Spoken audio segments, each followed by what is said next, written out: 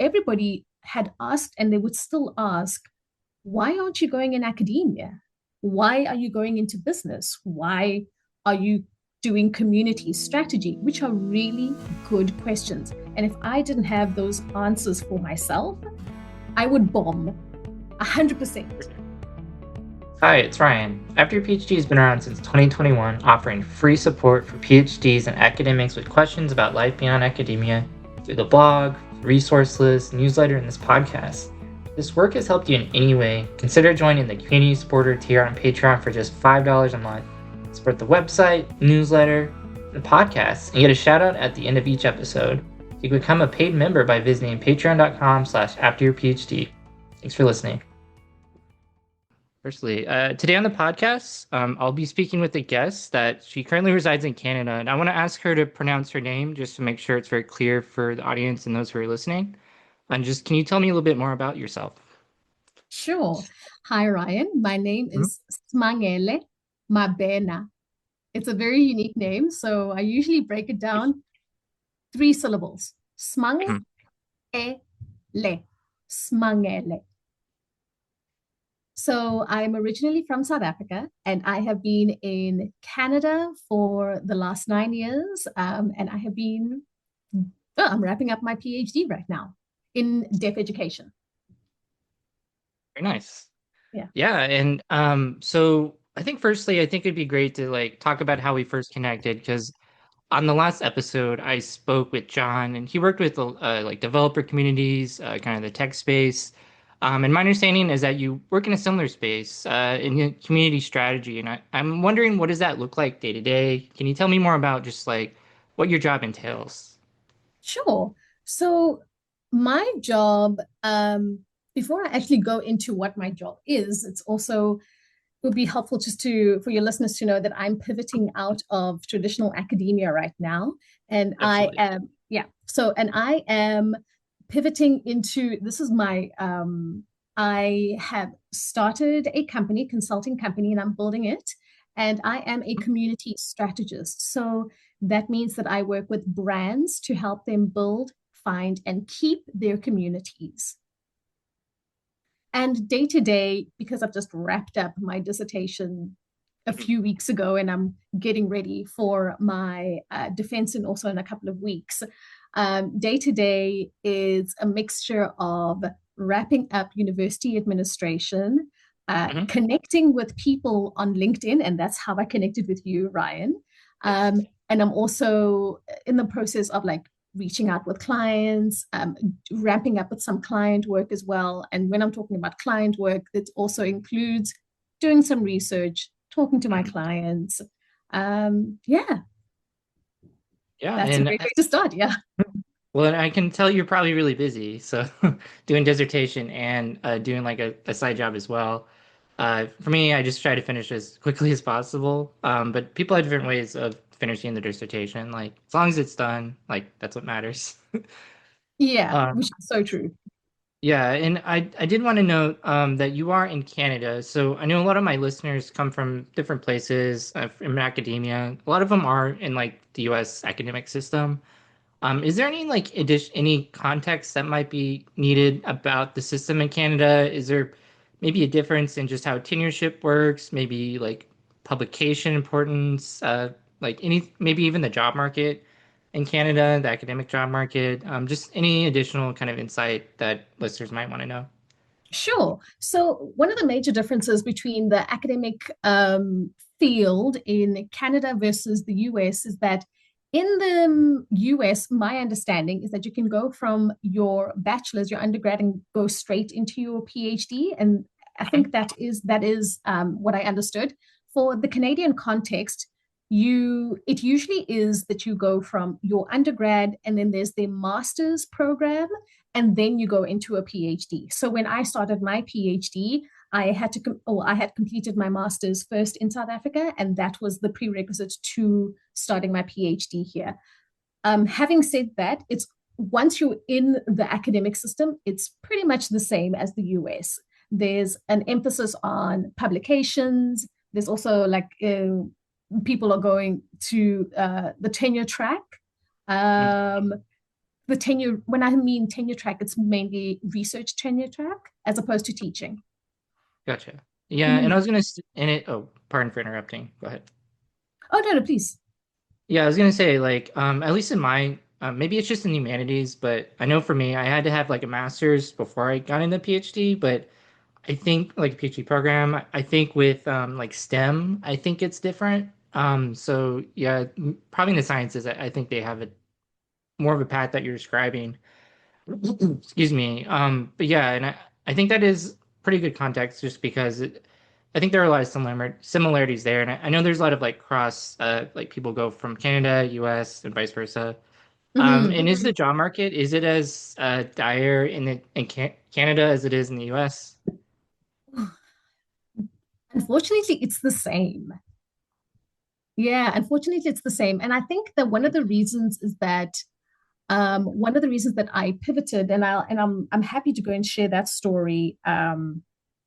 How I decided to pivot is that one of the just within the early years of my PhD, I had I was starting to question what my life was going to look like after the PhD. Yeah. And that required, and I decided to do an independent study, if you will, of what the job market looks like for people with humanities PhDs in Mhm. the academic job market. And it wasn't very positive. If anything, Mhm. I attended a talk. It was a random conversation Yeah. with this lady, and I wish I remembered her name, but she had come to give a talk at the university, just talking about her professional journey. And I remember very clearly that after she had gone through the PhD training, she had done a postdoc, she had even got a tenure track position, and then Mhm. she got denied tenure. Eek. And that was when she had to go and pivot hard. And that conversation, just listening to her, it made me go, "Oh gosh, what happens if this doesn't happen for Yeah. me? What happens if I don't get tenure? Do I want tenure?" A lot of existential questions that I asked myself. But that was the beginning of me reimagining what a PhD would mean for me. Yeah. No, I Yeah. think that you hit on a lot of great points of just like asking those really tough questions. Because those questions are a lot, I think, easier to ask them now rather than later once you're at that point in your life where it's harder to like make that pivot. Because I've talked to some older academics and it does seem Mhm.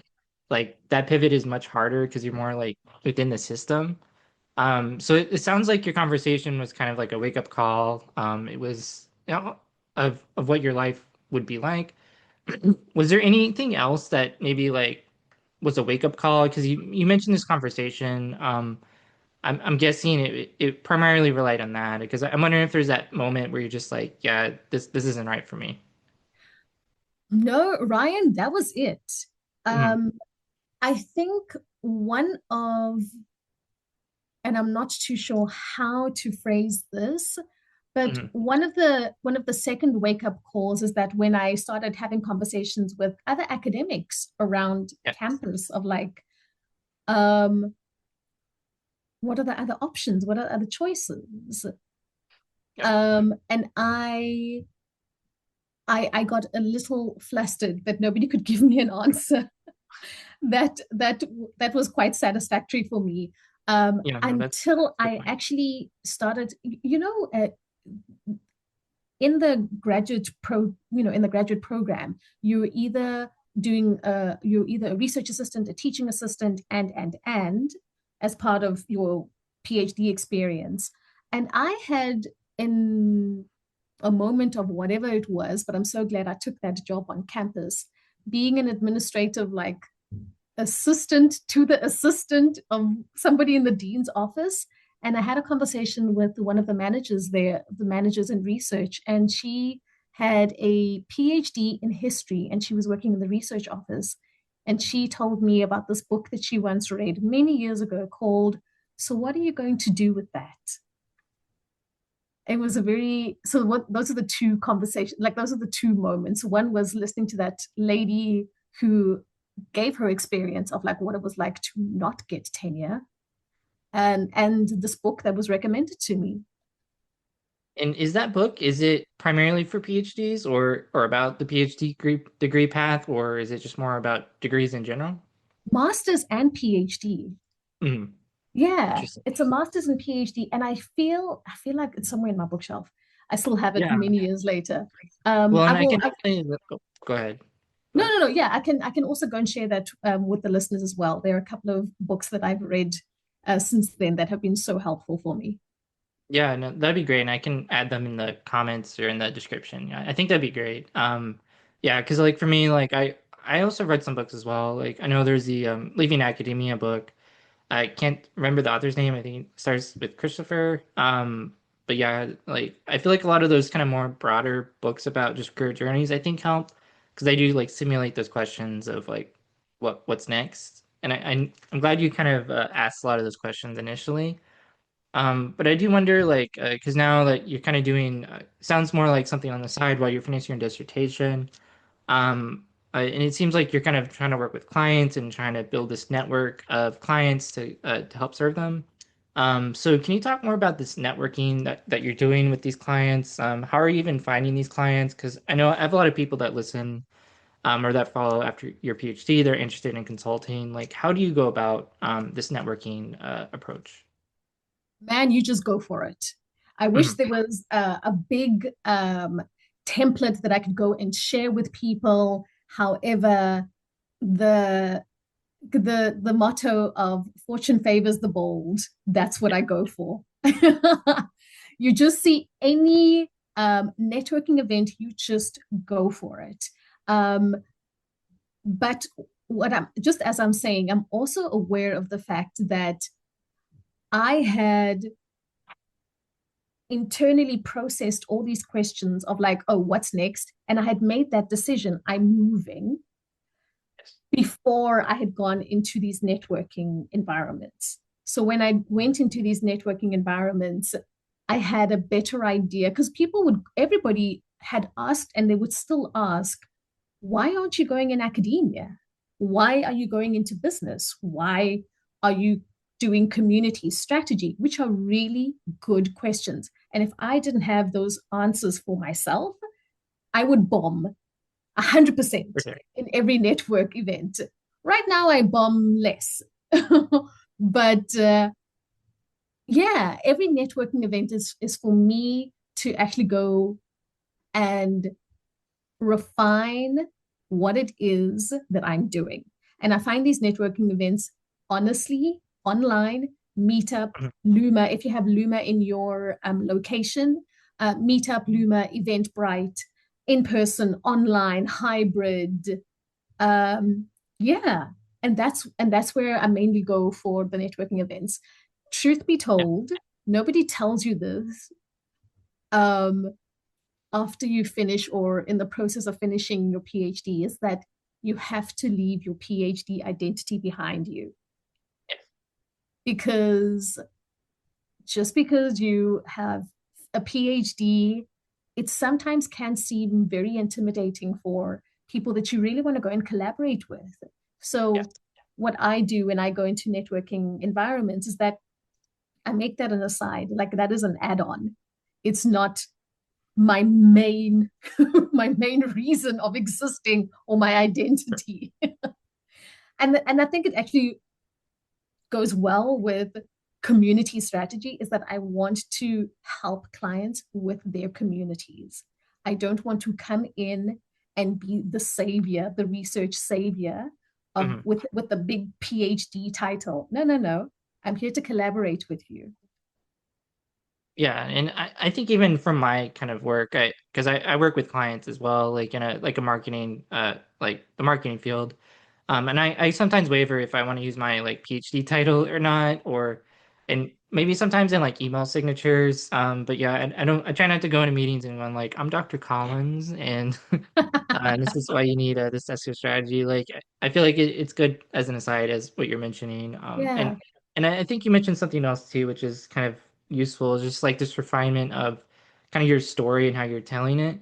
Because when I was also pivoting, and I've kind of seen this too, like about kind of like your elevator pitch and how you want to really tell that story. Because I think big thing is like what I found was like I would go on and on like too long about it, and it's just really more about just refining it, or just kind of like why did you leave and why you're better off, and kind of the skills that you're kind of bringing with you, or the skills that you have. And I think that would be another good kind of segue into like in terms of community strategy and your day to day and kind of what you're doing with clients, like what skills are you bringing from your academic background and how are you applying those? Definitely the research part.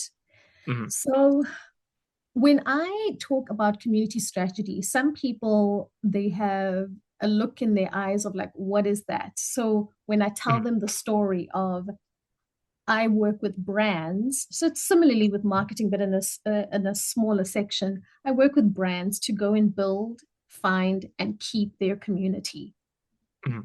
That's it. And how do I do that? Using research. And that's how I bring in my the skills that I had learned in academia, particularly in Hmm. social sciences research. Interesting. Yeah, Yeah. and I was kind of, is there like an example of this, like in practice? Like, let's say I own a business that, I don't know, I'm trying to think of a good example. Sure, Maybe I I'm can a, I can I can give you an maybe you example. have like pets or something, or I'm trying to think Sure, of a good example. sure. Yeah, Okay, can I give you an example that I recently just spoke about on LinkedIn about yeah, that'd be great. a couple of weeks ago?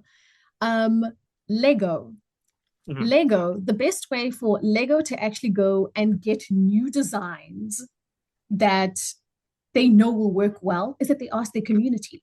So Hmm. they kind of have a competition that they have with the community every year in terms of nominated design. People are going to go and vote for it. And the one that the community speaks the loudest, the one that the community cheers the loudest for, Lego Hmm. then takes that research information back to their R&D team and they Hmm. pretty much design that Lego. And like that's how you keep your customers and keep your clients Hmm. because you give the community what they want, not what they Yeah, think they want, but what they want. that's fair. Yeah, and Yeah. I know like with I guess now like Reddit is a lot bigger, and I'm sure like that would be like a big emphasis too. Like, where are the fans? Like, where are these like buyers like kind of situated? Where they like coming together?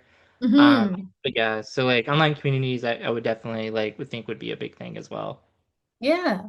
And it's also with online communities aren't only like we talk about Reddit like Hmm. it's like we're talking about Instagram Hmm. because everybody knows it, but Reddit is actually quite niche. Yeah, I agree. Yeah. So to the normal business owner, they're just like, I don't know where my customers are. I don't even know where my community is at. Hmm. So you and I with a research background, particularly in social Yeah. sciences, we're like, oh, clickety click click on the internet, looking at some using our social science research skills to go and find these communities and kind of take that information back to the brands to help them with their marketing. Yeah, no, I think that's really useful. And I think, especially now, it seems like communities are a lot more in the forefront, like in marketing and just, I would say, like in general, because was it like card collecting, like Pokemon? I'm trying to think of these like big brands that have just really strong communities, and it seems like they're a big part of it, I guess, for better or worse. Yeah. But yeah, they're very like in the forefront, which I think is kind of interesting. Um, and then kind of moving forward, I do want to talk, it's kind of related to community. And I talked to John like briefly about this, about just the influence of faith and just religion and how it kind of impacted like how he kind of thought of community and kind of building it. And I want to hear your perspective as well, because I'm feeling you have a different perspective, different belonging of faith. So I just want to kind of want to hear your thoughts and like how it maybe impacts how you think of building communities and maybe if there's like a connection to this. I could be wrong, but I just wanted to hear your thoughts. No, that's actually a really good question. And I remember thinking about that when I heard the episode with you and John talking about, and I think John had mentioned that when he was growing up, as well as he was in a faith community. Maybe it was you or John, and Hmm. the just like gosh, the guilt of leaving that community to go and do something else. I had a similar experience with that, with my faith community, in that I moved from one church to another Mm. within my PhD experience. And there was a level of a lot of mixed emotions on my end, is that I knew that my time had ended here in terms of like, when you're different, you're in a different season of life. Yeah, just things are just changing and you also need a change. So, and that's when I started thinking a lot more about my faith community and who I am as an individual, who I am as a woman, who I am as a researcher, and who I am as a community strategist, reflecting back on that experience of coming to a new country, finding, building, keeping a community, and then being in transition as well to another community when there was nothing inherently wrong with my old community. I had just outgrown it. And I think going into community strategy as well is that I look at brands and their companies and how they sometimes want to hold on to what they thought their community was and not where the community is going. And that also affects like your marketing, it affects everything else in your business. If you don't have that kind of agility, then it just makes it a little bit difficult to go and like move a company forward. Mm. Yeah. Yeah, and I would say like with community, it's really about like the sense of belonging, like whether it's like an academic community, religious community, or like a brand community. It's like people are kind of looking for some sense of belonging. They want to be part of something. Mm, I could be wrong here, but that's just my thoughts. But I do wonder, like, kind of your kind of general kind of thoughts as a strategist, for like companies that are like, so how do we engender this sense of belonging? Like, how do we get more people to feel like that this community is like purposeful? Like, do you have any thoughts on how like a company could do this? Because I'm just kind of just for me personally, I think that's kind of an interesting question. Like, is it something that just community just has to take hold of the brand, or does the brand have to be more in- purposeful with this? I'm just kind of curious the kind of dynamic of this. sure. I think the way that I would think about it, and I'm also influenced by a colleague that I've just connected with on LinkedIn recently. His name is David Mm, Spinks, and he wrote a book called The Business of Belonging. mm, And yeah, he talks about this. And one of the things that I got out of it, and in your question, it's more of like a chicken and egg, an egg and chicken yeah, kind of situation. that's true. And the way that I always think about it, I'm not too sure. No, let me backtrack. I Oh, think that a brand has to have some sort of that a brand has to go and sit and think with itself in terms of like what are my core values? What's my mission? mm, And when they go and communicate it to their community, then they will get the right people to stay with them. And if people don't, for various reasons, and like I'd mentioned earlier on, my example of moving faith mm, communities, if something doesn't if something doesn't resonate with a company, and that is your core value in your community, then it's okay that others can leave because it's also giving space for new customers to come on in into the community. yeah, and I think that's a good point because I think like community is just very like flexible and like it changes, and I think as you noted earlier, like that's just how things work. Like things change.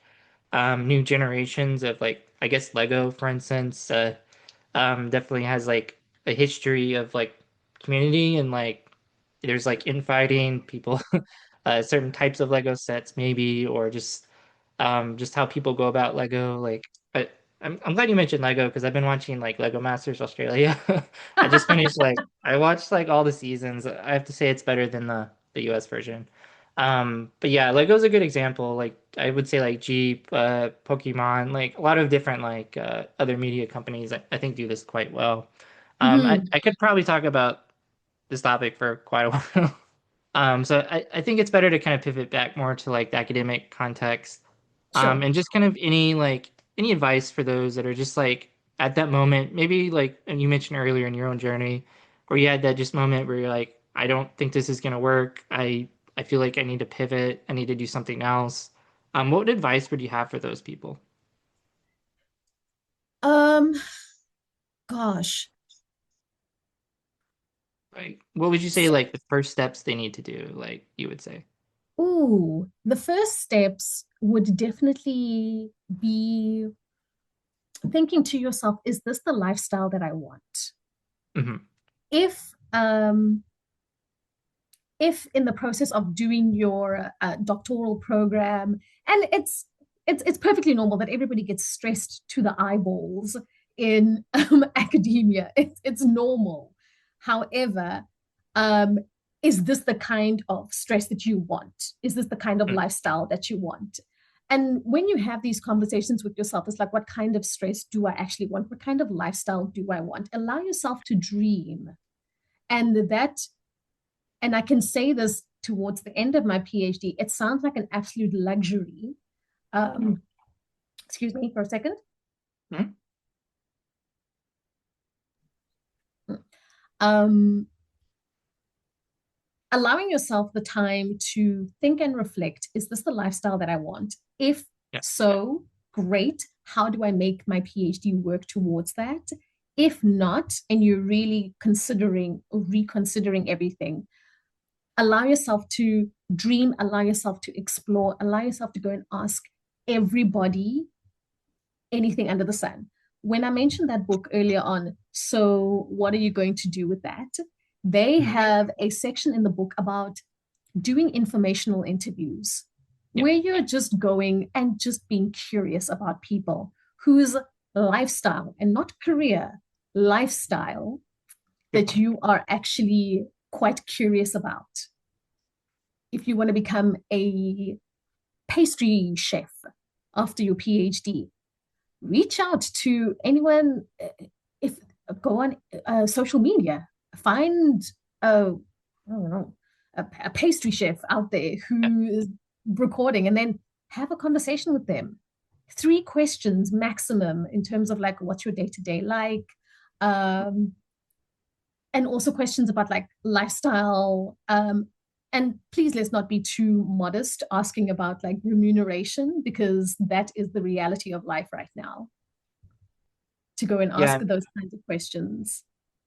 Yeah, and I agree. Like informational interviews, like I've long like mentioned, like these are really helpful. Just like not even just getting like a network, like not in terms of like getting a like an interview, like a formal interview, just like understanding like what the day to day is like.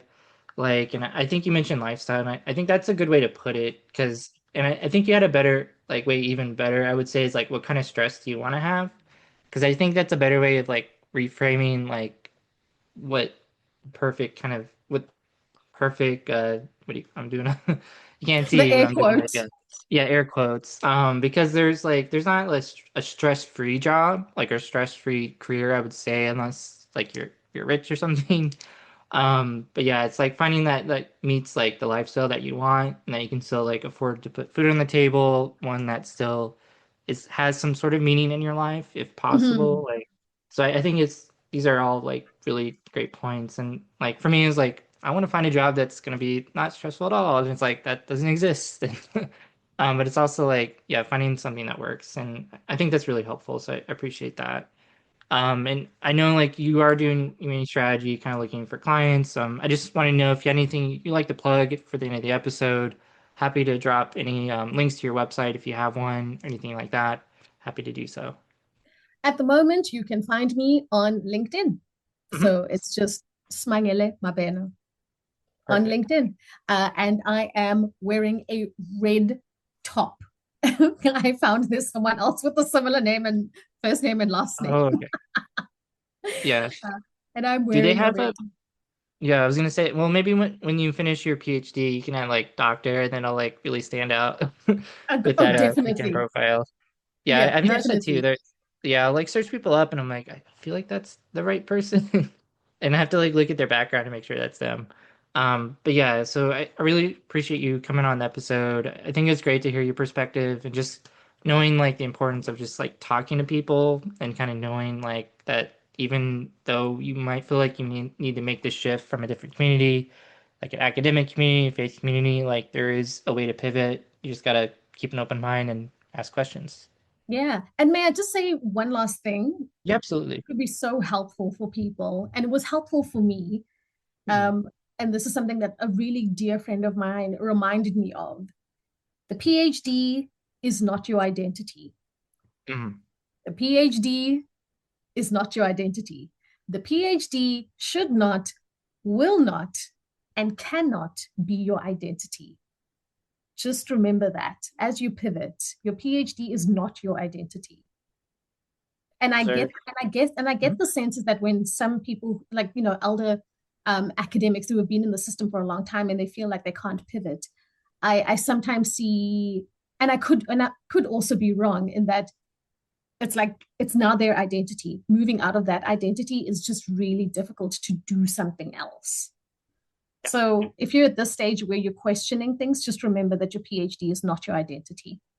Yeah, and I think a lot of people could hear that, and hopefully they'll resonate with people. Like, because I think you mentioned earlier, like reimagining what your life is like, kind of like just Yeah, having that internal like conversation with yourself. That I think because when you don't think it's possible and you don't think there's paths for you, I feel like it makes you just want to feel isolated and makes you want to not make that pivot. So yeah, it's yeah. really about like self-realization in a way. So I think. All right. Well, thanks again. We'll make sure people can reach out to you if they like. And just have a great one. Wonderful. Thanks again, Ryan. Mhm. Of course.